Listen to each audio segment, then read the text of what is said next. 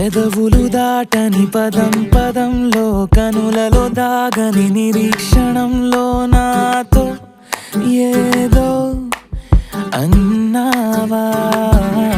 తెగి తెగి పలికే స్వరం స్వరంలో తెలుపక తెలిపే అయోమయంలో నాలో మౌనం విన్నావా